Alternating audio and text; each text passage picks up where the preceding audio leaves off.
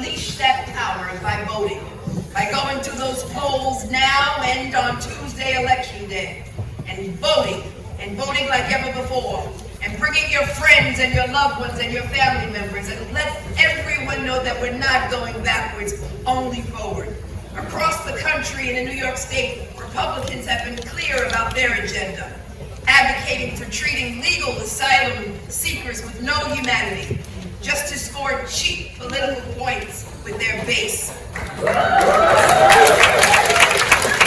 Giving tax breaks to multi-billion-dollar corporations while doing nothing to help working families struggling to make ends meet. Cutting hard-earned Social Security benefits, and even thinking about cutting Medicaid when they become governors. But this election, like every election, is a choice. And it's not just a choice between two candidates. It is a choice between two very different ideas about who we are as a state and a country, how we should work together or not, what kind of future we want for ourselves, our children, and our grandchildren. I think it's fair to say that if you've paid attention to this campaign, the Republicans make no secret about what they want to do. They actually say the quiet part out loud. And Lee Zeldin, Kathy's opponent,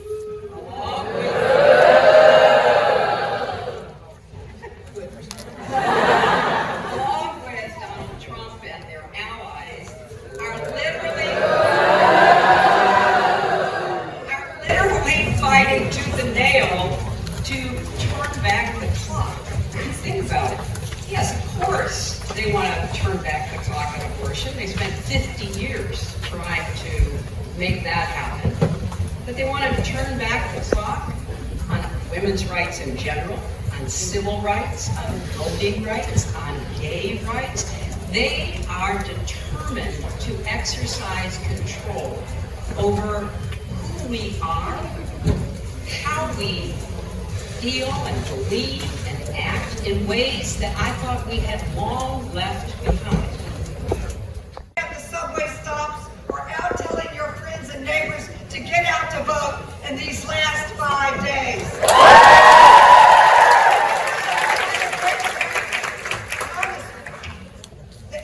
You said he was a great Nathan. He was the great artist, the great revolutionary writer, and Thomas Paine. Yes, I even remember. I didn't even go to Barnes. Let me tell you, you know what Thomas Paine said during the Revolutionary War when our life was really on the line? He had a famous line came out and he said, "Don't send me a summertime warrior. Don't send me one who wants sunshine and easy times. Send me a hard fighting warrior." There is a lot on this line between now and the election. If we don't re-elect her, you saw what Mr. Dartmouth is going to bring us. Including we didn't even get the student loans, the forgiveness of student loans. We want to know on that too. Out against abortion could be governor of New York unless we act. We cannot let that happen. And not just abortion where Republicans are working against New Yorkers and New York values. You know, when the pandemic was at its height, New Yorkers were suffering. Tens of thousands laid off, the city pushed to the brink. I worked with Kathy Hochul to deliver unprecedented federal funding in the American Rescue Plan and the bipartisan infrastructure law. $350 billion in state and local aid, billions directly to New York City, saving so many from being laid off, losing their homes, losing their jobs. Kathy Hochul fought tooth and nail for this funding. She made sure the money flowed so that teachers and nurses and subway workers could keep working. We worked together to get billions in funding for tenants to keep New Yorkers in their home, and for families in child tax credit so kids could have something to eat. With that credit, we cut child poverty in half. Amazing. Dictators and autocrats around the world who will dare to tell their people, you want to hold out the United States as an example of these issues? Well, look at what they're doing. And in that way, what is happening in our country will very likely not only affect the people of our nation, but potentially people around the world. All of this is at stake. And on the issue then of democracies, I do believe that the nature of democracy is that there's a duality. On the one hand, when a democracy is intact, I believe it is incredibly strong in that it gives strength to its people. It is a protector and a defender of individual rights and freedoms and justice. When it is intact, there's an incredible strength in its ability to lift people up. On the other hand, it's very fragile.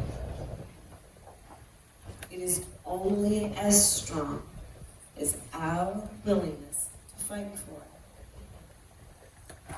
And so fight we will.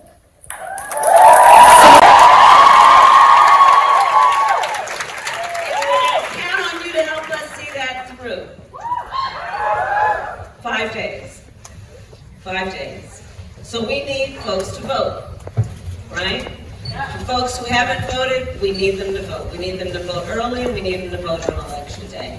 And I can look around this room, and I know this is a group of leaders, most of whom have been out there already talking with people about the importance of voting, people who worked on the 2020 election and elected Joe Biden.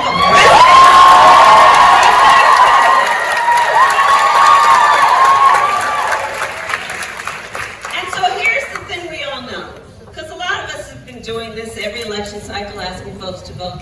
And here's what happens. So we go up and we ask somebody to vote. And they will then ask a very righteous question every time. Why should I vote? Well, here's the thing.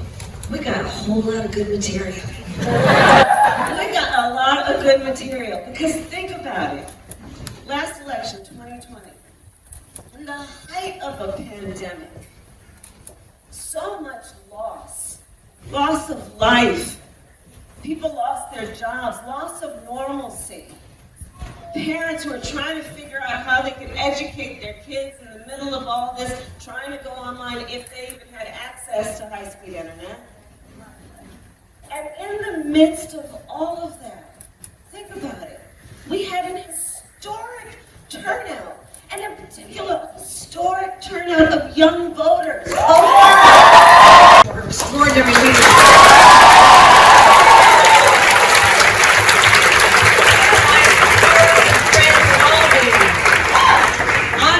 Cousins.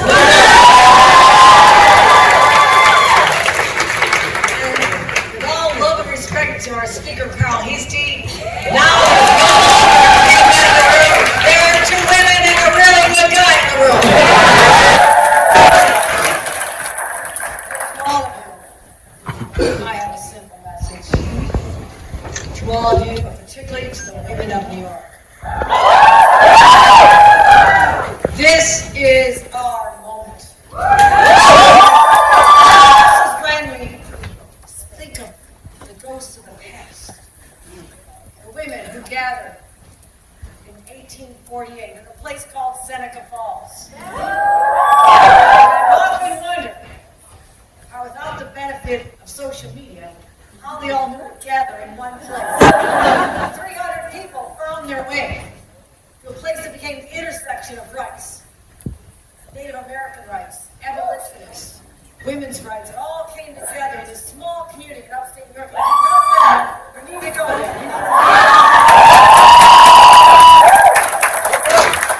I think about it often, and we were there recently, Hillary Clinton and I, talking about the legacy we've inherited. What is on our shoulders as the women of today. Because those women back then were so brave and so audacious. They went against the tides of their time. They were ridiculed and spit upon.